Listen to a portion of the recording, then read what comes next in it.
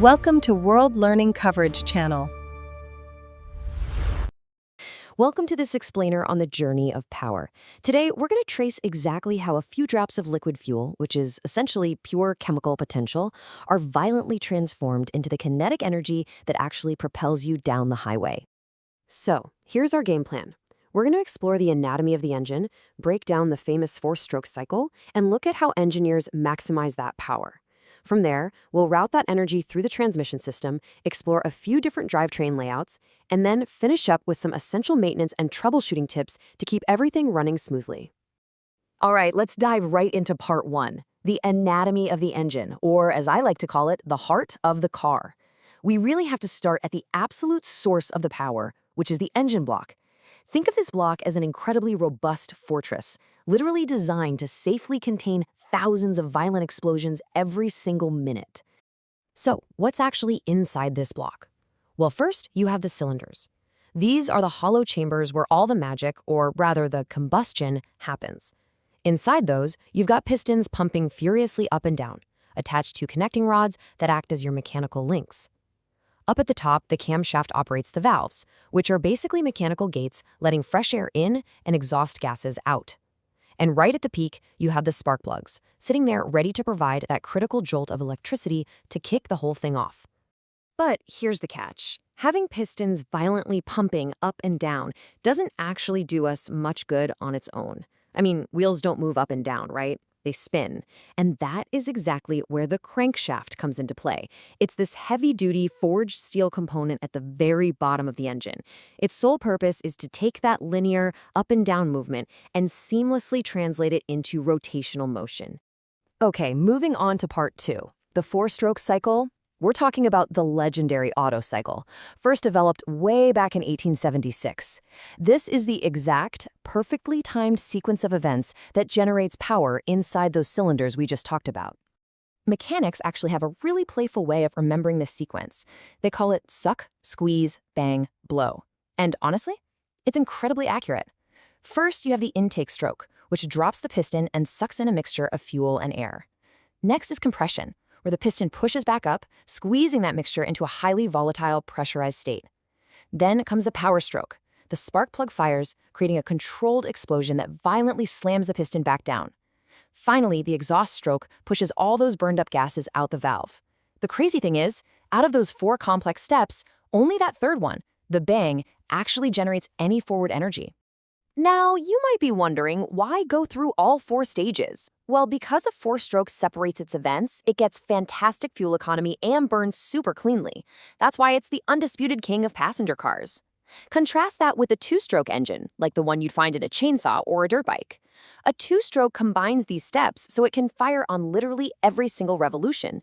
That gives it a massive power-to-weight ratio, but the trade-off is you have to mix oil right into the fuel, which gives you that classic smoky exhaust we all know. That brings us to part three, maximizing engine power. Getting the engine to generate power is great and all, but automotive engineers are never really satisfied, are they? They are constantly looking for ways to squeeze out more efficiency, more muscle, and more boost from that same four-stroke cycle. And here is a really surprising and, frankly, kind of painful statistic. Standard auto engines only convert about 30% of the energy generated by combustion into useful rotational energy. Think about that. The vast majority, a staggering 70%, is completely lost. It just bleeds away as waste heat or gets drained by internal friction. So to combat those massive losses, engineers came up with a brilliant form of waste heat recovery, the turbocharger. Instead of just letting all those hot pressurized exhaust gases blow uselessly at the tailpipe, a turbo routes them to spin a turbine. That turbine powers a compressor that literally crams more fresh air right back into the engine. It's like the engine is taking a deep, pressurized breath. And because you have more air, you can add more fuel, which results in a much, much bigger bang. It's a real game changer. All right, so we've got all this incredible rotational power spinning away at the crankshafts. But an engine just spinning on its own doesn't do us any good, right? The big question is, how do we successfully take that massive, chaotic energy and route it down to the pavement? Well, that brings us to part four, the transmission system. If the engine block is the heart of the car, the transmission is totally the mechanical brain. Its entire job is to multiply the engine's torque and deliver it efficiently to the wheels where it actually matters. It helps to visualize this as a continuous mechanical chain. First, power leaves the engine and hits the clutch or the torque converter if you're driving an automatic. This is crucial because it allows the power to be disconnected, otherwise your car would just stall every time you stopped at a red light. From there, the power enters the gearbox. Think of this exactly like the gears on a multi-speed bicycle. You use lower gears to multiply torque for heavy acceleration off the line, and higher gears to reduce it for smooth highway cruising. Finally, that dialed-in power travels down a drive shaft, out through the half shafts, and straight into your wheels. But hold on, because right at the end of that chain, we run into a fascinating physics problem. When your car turns a corner, the outside wheel travels a slightly longer distance than the inside wheel. That means it absolutely has to spin faster. If your wheels were just locked together on a solid steel axle, the tires would drag, skip, and shudder every time you turned the steering wheel. The solution? The differential. It's this genius little set of gears that splits the torque, allowing the left and right wheels to spin at completely independent speeds. It is absolutely crucial for stable cornering. And that naturally leads us to part 5, drivetrain layouts. Depending on what a vehicle is ultimately designed to do, engineers can physically arrange all these transmission components we just talked about in wildly different configurations across the car's chassis. It's amazing how just shifting the engine and the drive wheels can completely transform a car's entire personality. Take your average family sedan. Most use a front-engine, front-wheel drive layout. It literally pulls the car along, which gives you great, predictable stability in bad weather. But if you want that classic sports car feel, a front-engine, rear-wheel drive setup balances the car's weight beautifully. High-end supercars, they often go for mid-engine, rear-wheel drive for that perfect neutral handling in the corners. Or, if you need ultimate grip and traction, you can route the power to all 4 corners with an all-wheel drive setup. Okay, let's wrap things up with part 6, maintenance and troubleshooting.